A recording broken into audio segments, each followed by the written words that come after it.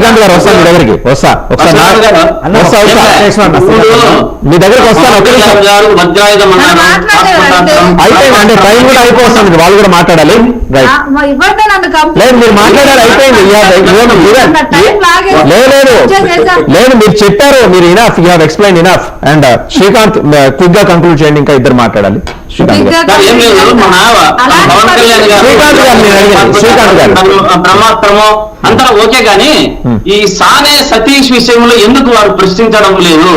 ఒక ఈడీ కేసులో ఉన్న వాళ్ళని చెప్తారు, బాగా అవగాహన ఉంది. సిబిఐ కేసులో ఉన్న వాళ్ళని చంద్రబాబు నాయుడు గారు దాన్ని ఎందుకు ప్రశ్నించడం లేదు? పవన్ కళ్యాణ్ ఈయన మాట్లాడతారు. చెప్పండి. సానా సతీష్ గారు ముందు మాట్లాడే ముందు ఇప్పుడు జనసేన నాయకురాలు మాట్లాడే గురించి ఒక నిమిషం మాట్లాడదాం అన్నా. మనిషికి అహంకారం అనేది ఉండకూడదన్నా. ఎందుకంటే 2019లో పవన్ కళ్యాణ్ గారు 2 చోట్ల పోటీ చేస్తే 2 చోట్ల ఓడిపోయారు. ఓడిపోయినప్పుడు వైసీపీ సోదరులు ఏమన్నారు, ఎంత ఎటకారంగా మాట్లాడు, ఎంత అహంకారంగా మాట్లాడు. 2 చోట్ల ఓడిపోతే ఆయన ఇప్పుడు 100కు 100% సక్సెస్ రేట్ చూపించి సక్సెస్ అయ్యాడు. అంటే మొదటిసారి వాళ్ళు గవర్నమెంట్లో ఫామ్ అయ్యారు. ఇప్పుడు అలాగే అల్లు అర్జున్ గారు కొత్త పార్టీ పెడతారా, ఇంకొక పార్టీలో జాయిన్ అవుతారనంటే, సరే ఆయన కొత్త పార్టీ పెట్టినా ఇంకొక పార్టీలో జాయిన్ అయ్యాని ఒక కొత్త వ్యక్తి రాజకీయాల్లోకి వచ్చినప్పుడు హోందాతనంగా తనని యాక్సెప్ట్ చేయాలి, ప్రజలకు మంచి చేయాలి, మంచి లక్షణాలతో ముందుకెళ్ళాలని చెప్పి మనం కోరుకోవాలి. కోరుకున్నారు ఆయన ఏడుపు మొహం పెడుతున్నారు కదన్నా, ఏడుపు మొహం పెడుతున్నారు కదా. నక్కను చూసి పుల్లి చూసి వాత పెట్టుకున్నట్టు ఏదో చెప్పి సామెత చెప్పినట్టు పవన్ కళ్యాణ్ చూసి ప్రతి ఒక్కరి సినిమా వదిలేసి రాజకీయాల్లోకి వస్తున్నారు. పార్టీ నడపడం అర్థమైంది.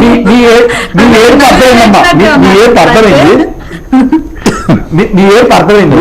మళ్ళీ రమణ గారు కూడా మాట్లాడాలి.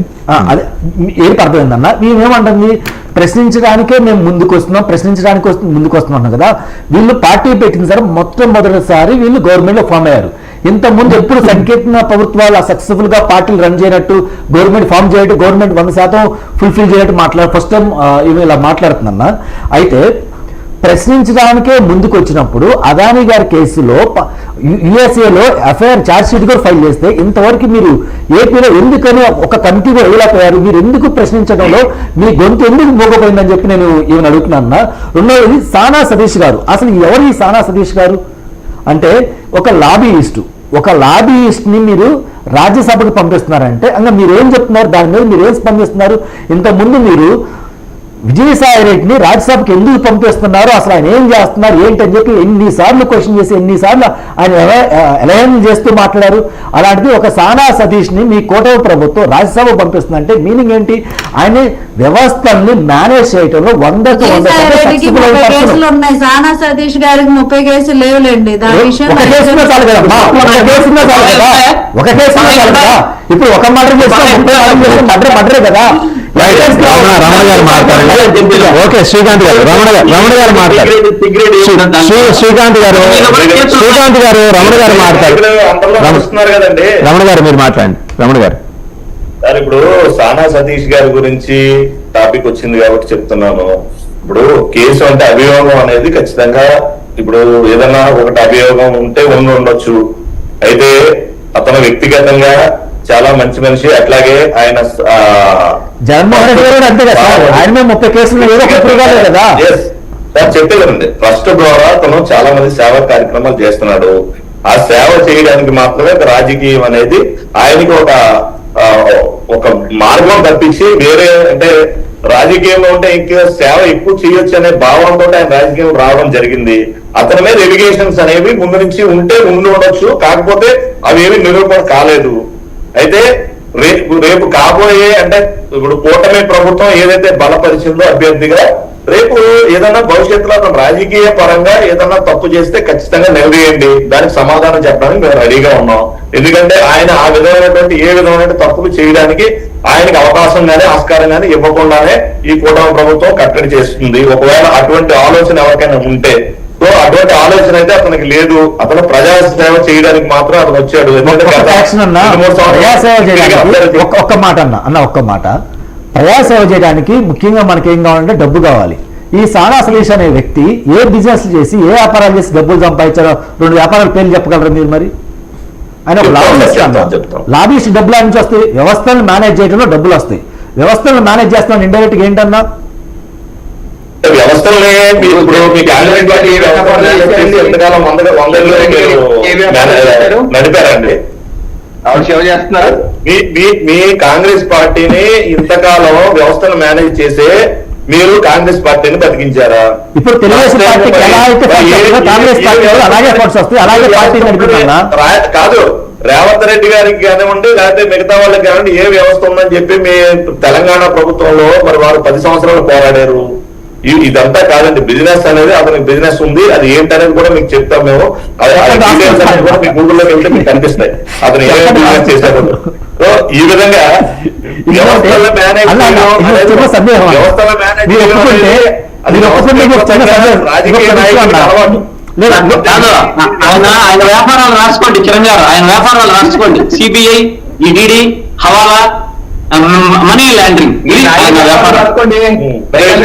జగన్మోహన్ రెడ్డి గారు ఆయన ఇంటర్మీడియట్ పవర్ ప్రాజెక్ట్ పెట్టారు. ఆయన ఇంటర్మీడియట్ లో పవర్ ప్రాజెక్ట్. ఆయన 2004 ముందు మీ జగన్మోహన్ రెడ్డి గారు అప్పులు ఎంత, ఈ రోజు ఆస్తి ఎంత చెప్పండి. మీరు ఎలా ఆయన 2 ఎకరాలు భూస్వామి కాదు, ఆయన 2 ఎకరాలు భూస్వామి కాదు. ఇంటర్మీడియట్ లో ఆయన ఇంటర్మీడియట్ లో పవర్ ప్రాజెక్ట్, ఇంటర్మీడియట్ లో ఆయన పవర్ ప్రాజెక్ట్ ఆయన గుర్తుపెట్టుకోవాలి. జగన్మోహన్ రెడ్డిది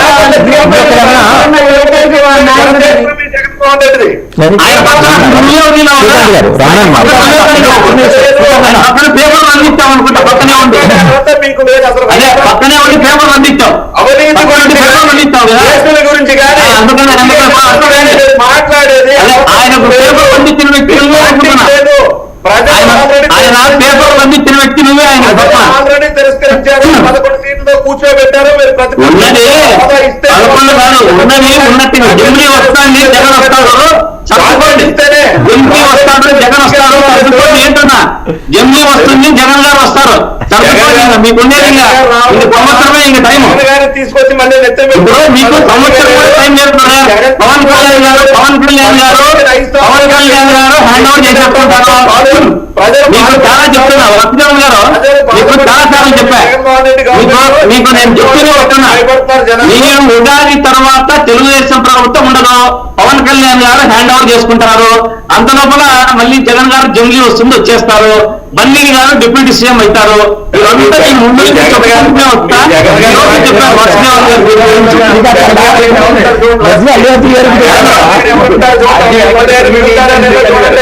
ఈ ముందు ఎవరుండేది అందరూ ఉన్నారు. మీ దగ్గర 70 మంది, మీ దగ్గర 70 మంది శ్రీకాంత్ గారు ఒక ప్రశ్న అడగండి. శ్రీకాంత్ గారు జగన్మోహన్ రెడ్డి అరెస్ట్ చేసింది, లోపల వేశారు అంటే మీ పార్టీ ఏమైపోతే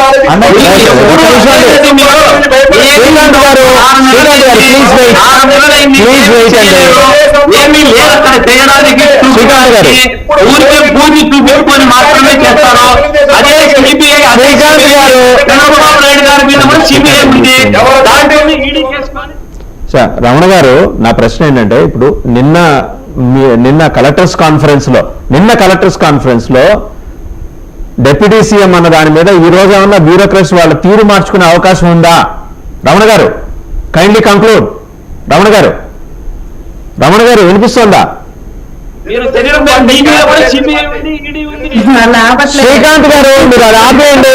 శ్రీకాంత్ గారు ప్లీజ్ మీరు ఆపేయండి. రమణ గారు నిన్న చాలా స్ట్రెంగ్ వార్నింగ్ ఇచ్చారు ఆయన, డిప్యూటీ సీఎం. ఈ రోజు నుంచైనా వాళ్ళు తీరు మార్చుకునే అవకాశం ఉందా మీ ఆఫీసర్స్ అంటున్నా గవర్నమెంట్ లో? ఖచ్చితంగా సార్, ఖచ్చితంగా తీరు మార్చుకుంటారు. మారిన ఆఫీసరు ఏదైతే పనిష్మెంట్ ఉంటుందో రాజ్యాంగబద్ధంగా అదే పనిష్మెంట్ ఉంటుంది. ఖచ్చితంగా నిన్న జరిగిన ఈ రోజు కూడా జరగబోయేటటువంటి కలెక్టర్ సదస్సులో క్లియర్ కట్ గా చెప్పడం జరిగింది. మీరు మీ పని మీరు చెయ్యండి, మీ డ్యూటీ మీరు నిర్వర్తించండి.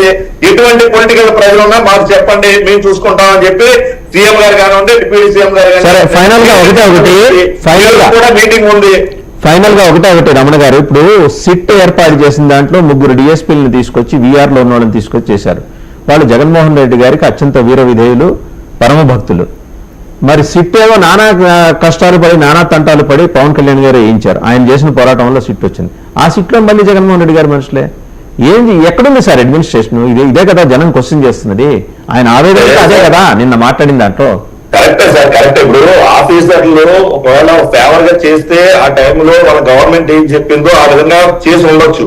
అయితే జగన్మోహన్ రెడ్డి గారికి టోటల్ గా ఫేవర్ అని కూడా చెప్పలేము సార్. ఎందుకంటే మన గవర్నమెంట్ వచ్చిన తర్వాత మనం కూడా వారిని స్ట్రీమ్ లైన్ చేయొచ్చు. అంటే కరెక్ట్ గా నడిపించడానికి ఇప్పుడు వ్యవస్థ ఉంది కాబట్టి ఆ వ్యవస్థలో ఏదైతే ఉందో అదే విధంగా ఆయన డిప్యూటీ సీఎం ఆకాంక్షించినట్టు వ్యవస్థలో పొరపాటు జరిగితే అటువంటి పొరపాటు జరిగి వాళ్ళు ఏదైనా తప్పు చేస్తున్నారని మాత్రం ఏదైనా నిరూపణ అయితే మాత్రం ఖచ్చితంగా వారి మీద చర్యలు ఉంటాయి.